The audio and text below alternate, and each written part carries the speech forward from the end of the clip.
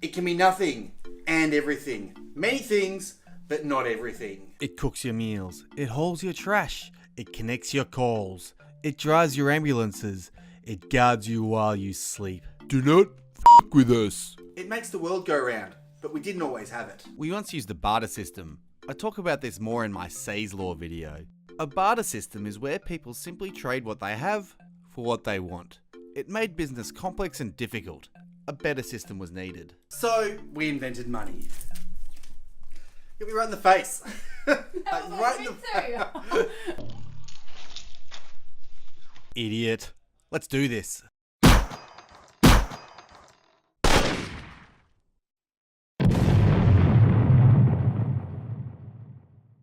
About 3100 BC, Mesopotamians developed writing. Clay tablets were used to keep account of what was owed and to whom. Between 3000 and 2000 BC, the ancient Babylonians invented banking. Temples and palaces gave people a safe place to leave their goods, which included grains, metals, and agricultural equipment. By 2000 BC, they used a complicated credit system that involved grain and silver. This is where the term shekel comes from, which was the standard monetary unit. They even wrote the first banking laws, the most riveting of all law. Around 1200 BC, the Chinese got on board the money train and were all like, we want money. They started off using cowrie shells. Later on, they used tools, the kind you build stuff with, not the annoying relative kind. The first coins were minted in Lydia around 640 BC, which is modern-day Turkey. Soon after, China was all like, we want made coins too! So they made coins too. Then the Greeks were all like, oh nice, give us some coins as well. So they made coins and ships, and souvlaki. The Persians also made coins, but they preferred the gold kind. For the next 600 years, coins were used to raise armies, build ships, and fund wars. There were a bunch of wars here, a banker slave became the richest guy here, these guys invaded these guys, a guy from here conquered here, then his son conquered here, these guys have a massive fight, they die, and they become an empire later. So are you keeping up? Good.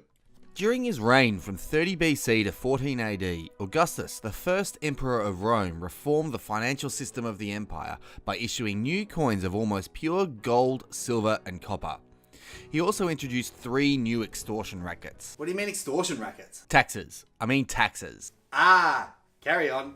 These were a land tax, a poll tax, which is a tax on every citizen just for being a citizen, and indirect sales taxes collected by private thugs. Contracted tax collectors, that's what they called them. Rulers soon learned they could debase the metal content of coins in order to create more money and look great when they spent it on the populace. Just don't tell them that we're f***ing them in the arse, okay? Oh, hi there. 60 days of games. God bless the Emperor. Surprise, surprise, inflation runs away, and within a few hundred years, the Roman financial system collapses, along with its empire. Meanwhile, China was all like, you should have just used copper. Wanna buy my silk? For the next 2 centuries following the collapse of Rome, coins are rare in Europe, but by the 7th century they begin to circulate again, through the Saxons. In the 8th century, King Offa of Mercia starts minting a whole bunch of silver coins, and the use of the penny becomes widespread. I am not an accurate depiction of King Offa. In the early part of the 9th century, the Chinese run out of copper due to a booming Sichuan province, and merchants start issuing the first ever paper money, which is soon taken over by the government. A few hundred years later, runaway inflation makes paper money worthless. So I guess you could say the printing press got a little bit too spicy. Was that a joke? Yeah, you know, because Sichuan food's really hot and spicy. Get it?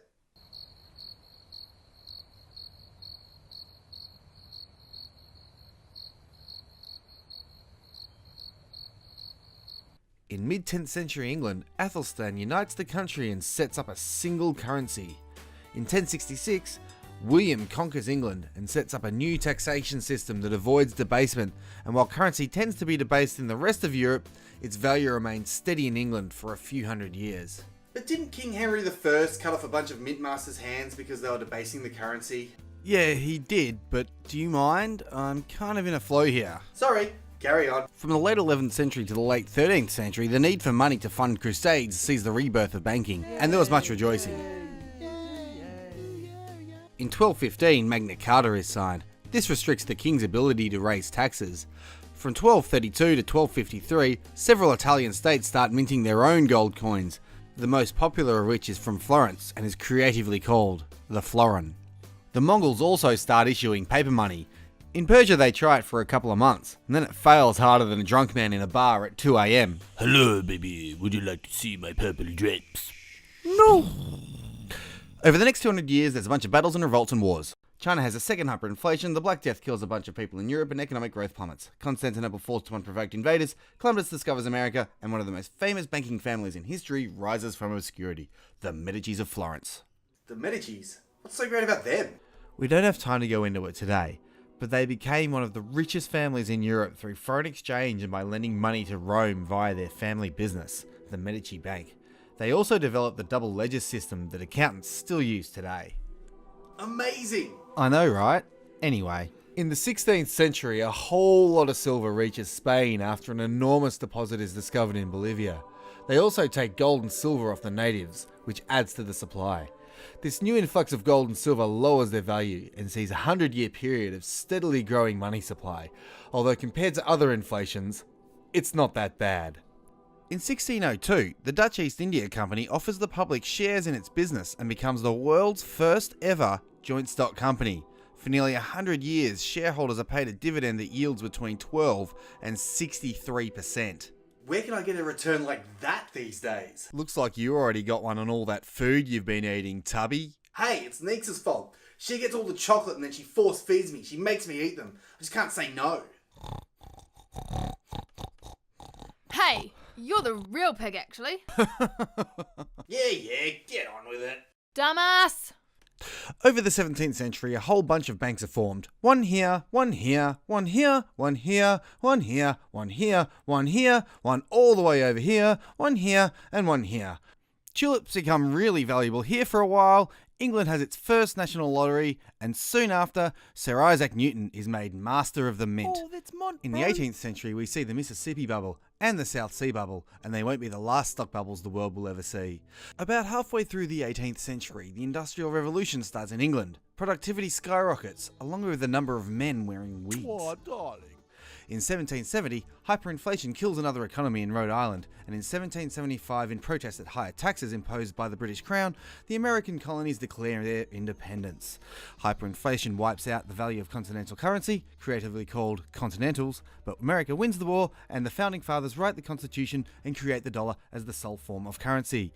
In 1776, Adam Smith writes The Wealth of Nations and coins the term the invisible hand to describe market forces. Socialists and other fools will spend the next 200 years telling people that they can't see the invisible hand, and because they can't see it, it must not exist.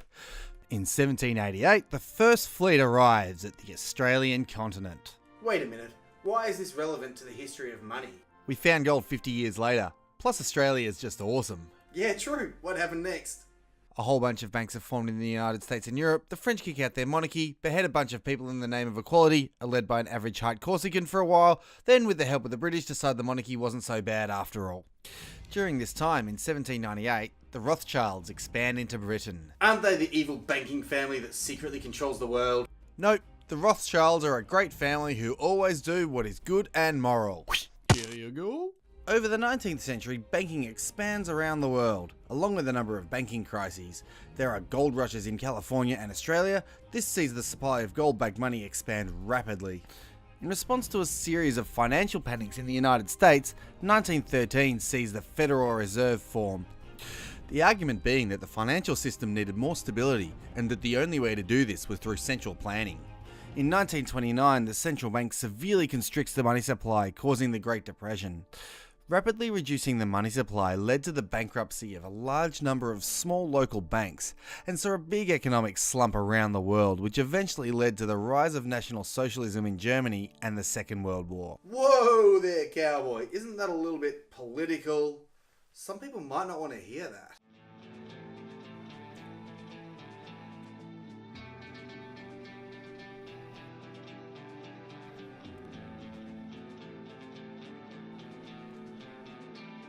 Meh. Fast forward to now, and over the last 100 years we've seen a huge rise in public debt as a direct result of excessive government spending, along with a big increase in private debt and a massive expansion of the money supply by central authorities. Many less developed nations have had their own hyperinflation busts. Banking has become extremely complex, with the development of financial products like credit swaps, mortgage-backed securities, and stock option exchanges. We saw a banking crisis caused by dubious lending practices that the government forced banks into, only for the government to then bail them out while saying they were too big to fail, while never actually resolving any underlying economic issues. So what's going to happen? No idea. We've never had excessive government spending and money creation. Ever. But what about? No. And what about? No. But didn't? No.